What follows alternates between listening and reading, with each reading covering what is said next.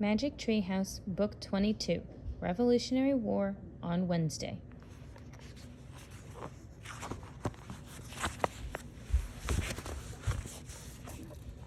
Prologue.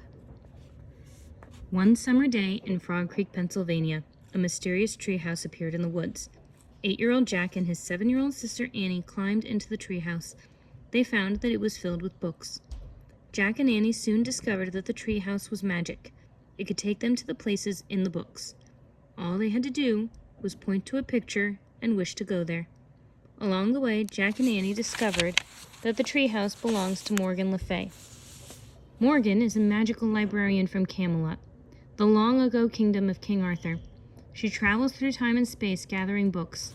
In the Magic Treehouse, books 5 to 8, Jack and Annie help free Morgan from a spell. In books 9 to 12, they solved 4 ancient riddles and became master librarians. In Magic Treehouse, books 13 to 16, Jack and Annie had to save 4 ancient stories from being lost forever. In books 17 to 20, Jack and Annie freed a mysterious little dog from a magic spell. In Magic Treehouse, books 21 to 24, Jack and Annie have a new challenge. They must find 4 special kinds of writings from Morgan's library to help save Camelot. They are about to set off to find the second of these. Chapter 1. Wednesday. "Wake up, Jack," whispered Annie. Jack opened his eyes. He looked at his clock. It was 6 a.m. "Come on," whispered Annie. She was standing at his bedroom door, already dressed. "Now?" said Jack. "Yeah, it's Wednesday. We have to go to the treehouse," she said. "Oh man, Wednesday," said Jack. Suddenly, he was wide awake. "We have to help save Camelot," said Annie. I know," said Jack, scrambling out of bed. "Meet you out front," said Annie. Jack quickly changed into his jeans and t-shirt. He threw his notebook and pencil into his backpack. Then he slipped down the stairs and out the front door. Annie was waiting in the gray early light. "All set?" she whispered. "Yep," said Jack. They took off running across their yard. They ran down their quiet street and into the Frog Creek woods. Soon they came to the treehouse. They climbed up the rope ladder. In the early light, they saw Morgan's note, the same note they'd found on Sunday. Jack picked it up and read aloud. "Dear Jack and Annie, Camelot is in trouble. To save the kingdom, please find these 4 special kinds of writings from my library. Something to follow, something to send, something to learn, something to lend. Thank you, Morgan." Annie picked up a piece of paper lying on the floor. It was a list of rules from the famous nurse Clara Barton. They had met her on their journey to the Civil War. "On Sunday, we found the first special writing," said Annie. "Something to follow." "Yeah," said Jack. "Now we need to find the second thing. Something to send." He picked up a book lying near the note. The cover showed soldiers on a snowy riverbank. The title was The Revolutionary War. Jack frowned. "Uh-oh," said Annie. "Another war," said Jack, sighing. "You still want to go?" said Annie. "We have to," said Jack. He hated the suffering he'd seen in the Civil War. But they had no choice. They had to help Morgan and save Camelot. He pointed at the cover of the book. "I wish we could go there," Jack said. The wind started to blow. The treehouse started to spin. It spun faster and faster. Then everything was still. Absolutely still. Chapter 2. Day or night? Jack shivered. The wind blew hard. "It's cold," he said. He could see his breath in the air. "Wrap your scarf tighter," said Annie. Jack looked down. He had a wool scarf around his neck. He was also wearing woolen pants that buttoned at the knees, a coat, and a hat with 3 corners. On his feet were funny-looking shoes with buckles. In place of his backpack was a leather bag. Annie was wearing a long coat over a long dress. Jack pulled his scarf tighter, then he looked out the window with Annie. They'd landed in trees near an icy river. The sky was gray and heavy with clouds.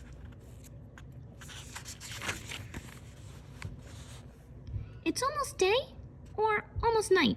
I can't tell," said Annie. "Yeah, it's almost day," said Jack. "I wonder where we'll find find something to send, said Annie. Jack shrugged. First we have to find the Revolutionary War, he said. He opened their research book. By the gray light, he read, Over 200 years ago, the United States was made up of 13 colonies ruled by Britain. From 1775 until 1782, American patriots fought for independence from Britain. This was called the Revolutionary War. Jack took out his notebook. He wrote, American patriots fight for independence from Britain. Jack turned the page. There was a picture of soldiers in red uniforms. He read aloud. During the Revolutionary War, British soldiers wore red uniforms. For this reason, they were called redcoats. Jack wrote in his notebook, British equals redcoats. Wow, snow, said Annie. Jack looked up from his writing. Annie was holding her hand out the window. A few snowflakes blew into the treehouse. Not much yet, said Jack, but we better find the special writing soon. Well, stop reading and come on, said Annie. She buttoned her coat and started down the ladder. Okay, said Jack. He packed the research book and his notebook into his bag. Then he followed Annie. When they stepped onto the ground, there were more snow flurries. The sky was growing darker. I'm afraid it's almost night instead of day, said Jack. Yeah, said Annie, looking around. Hey, look! People! She pointed at the river. In the misty distance was a campfire. Several men sat around the fire. They all held muskets. Maybe they can help us, said Annie. She started away, but Jack grabbed her. Wait, I think they're soldiers, he said. They have muskets. Remember the muskets from the Civil War? The guns that the soldiers carried? Oh, yeah, said Annie. They might be redcoats, said Jack.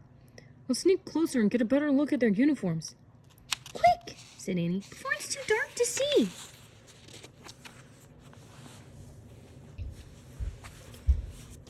Chapter 3. It's time. Annie lifted up her long dress and ran to a tree close to the river. Jack held on to his hat and ran after her. They peeked out from behind the tree. More snow flurries swirled in the twilight. Redcoats? Whispered Annie. Can't tell, said Jack. In the flickering firelight, the men didn't seem to be wearing uniforms at all. They wore ragged pants and coats.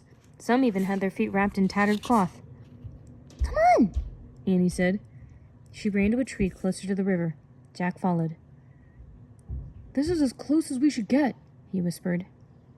But we still can't tell what they're wearing, said Annie. She crept forward and hid behind a scraggly bush. No closer, Jack whispered. But Annie took off again. She crouched behind a rock. She was only about 10 feet from the campfire. Oh, brother, she's way too close now, thought Jack. But he took a deep breath and ran to the rock. When he joined Annie, she looked at him and grinned. This is like hide and seek, she whispered. It's not a game, Annie, Jack whispered. It's war. Be serious. I am serious, said Annie, her voice rising. Shh, said Jack. But it was too late. One of the men stood up and looked around. What's the matter, Captain? Another asked. I heard something, said the captain. He held up his musket. Jack stopped breathing. Who's there?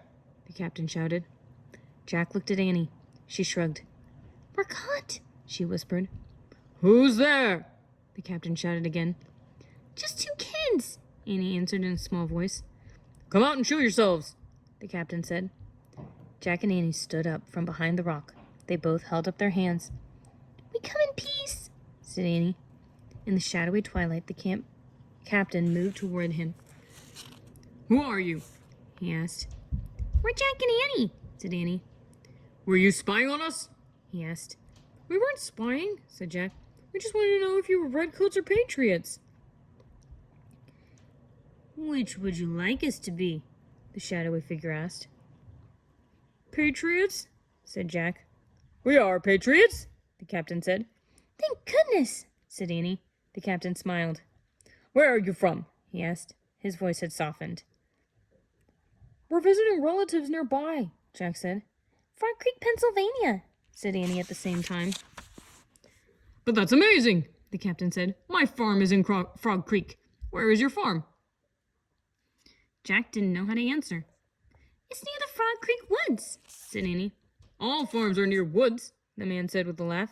What? Just then someone called up from the river. It's time, Captain! The captain turned to the other men near the campfire. It's time, he repeated. The soldiers quickly put out their fire. They stood with their muskets on their shoulders. Time for what, Captain? Annie asked. Time to meet with our commander-in-chief, he said. Return to your family now so your mother and father won't worry about you. Yes, sir, said Jack. It's nice to see children, the captain said. I was just trying to write a letter to my own son and daughter. I didn't know what to say. Tell them that you miss them, said Annie. The man smiled. And I do indeed, he said softly. Then he turned and headed up the riverbank. His ragged men followed behind. Soon they all disappeared into the cold mist. Jack looked around. The wind was blowing harder. The snow was sticking to the ground. What now? He asked. More than anything, he wanted to go back home. With the soldiers gone, the riverbank felt lonely and scary. We still have to find something to send, said Annie. I know, said Jack.